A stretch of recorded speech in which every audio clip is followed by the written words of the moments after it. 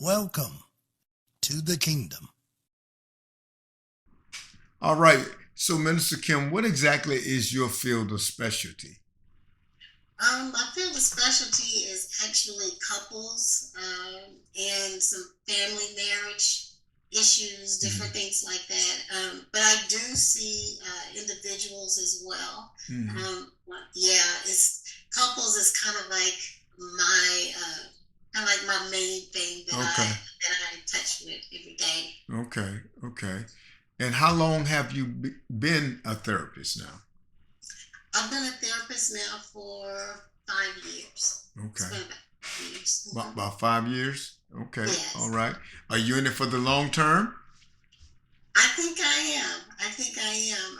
So far, I haven't heard anything different. Oh, okay. You haven't heard anything differently. No, I think this is kind of going to be. It is for a while. I know Okay. this is something that I really enjoy, and so it's becoming like a passion of mine. I really enjoy it. Yeah, yeah. Well, they say when you find a job or whatever it is that you love, you never work a day in your life. So, Yeah, if you feel that way, and we just pray that that's the way that you feel, because again, you didn't put the work in and going to school. Now it's just putting the work in ministering to people. You know what I'm saying?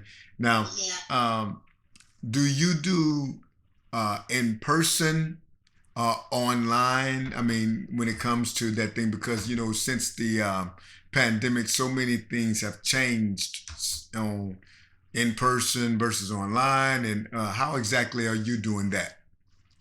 I'm actually doing both. I Okay. do have some people that are outside of the Austin area. I see people from all over Texas. I'm only licensed here in Texas, but I do virtual as well as in person. Mhm. So even people that are here in town, I still see them virtually, just because of the way that some people their jobs or however it is set up for them. If they prefer to do online, I'm real open to that too. So Mhm. I've learned, I guess, since the pandemic to be able to adapt and do it both ways. Okay. Okay. Now, Mr. Kim, you made mention that you counsel adults. How about children? Because we live in a time where our children need more counseling, just as much counseling, if not more, than adults. Do you counsel children as well? I do. I don't see as many children. However, I mean, I will see children. It's not, honestly. I have to be honest. I'm not.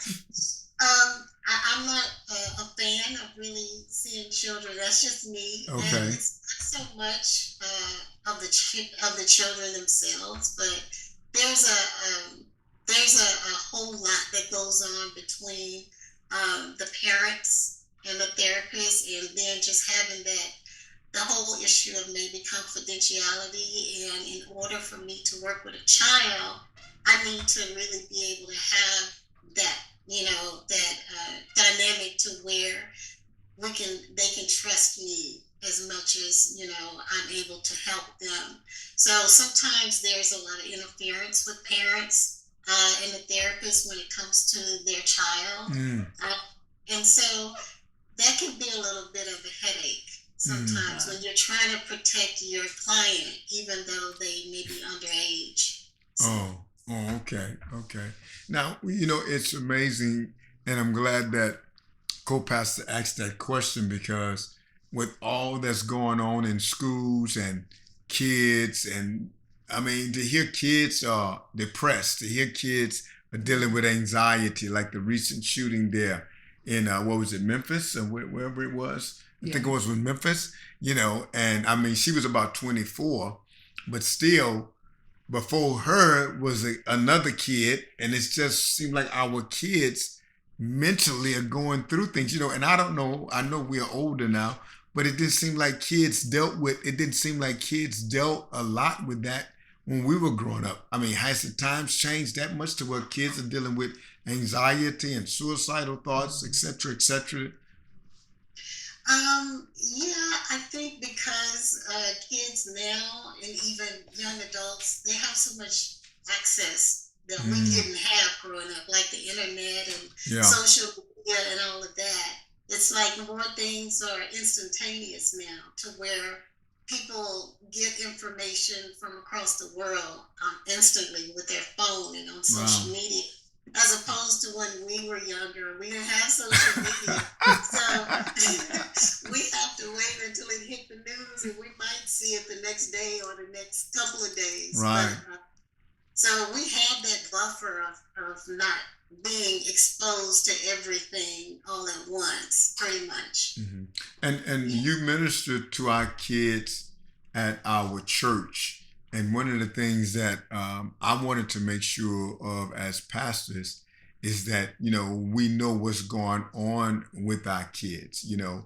Have you built up a level of trust with them till you feel that they can talk to you about anything, such as the things some of the kids are facing today?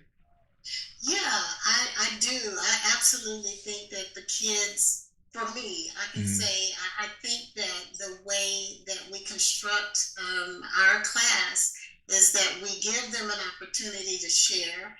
And during our lessons, we deal with, just real life experiences for them, whether it's in their classrooms or whatever, or even at home. So I kind of open that up for them to have that opportunity to talk about those things. And of course, I have to report anything that's, that bring harm to them, right, anybody else. But pretty much, yeah, I feel like the kids are really honest, and we have those conversations that I think are really important for them to be able to have. So I try to make space for that, no matter what, even if it is, a subject matter. It's all biblically based, of course. Amen. But some subject matters bring up things for them that they want to talk about. So we try our best to try to address, any kind of questions or things that they may have. Well, let me just say, as pastor, and I think I can speak for my wife, we're so excited that you are there and that you are one of the ones that's ministering to our kids. Yes. And we want to encourage you to join us for our next episode as we continue to go further in our conversation with Minister Kim Flowers. Love, peace, and blessings, beloved.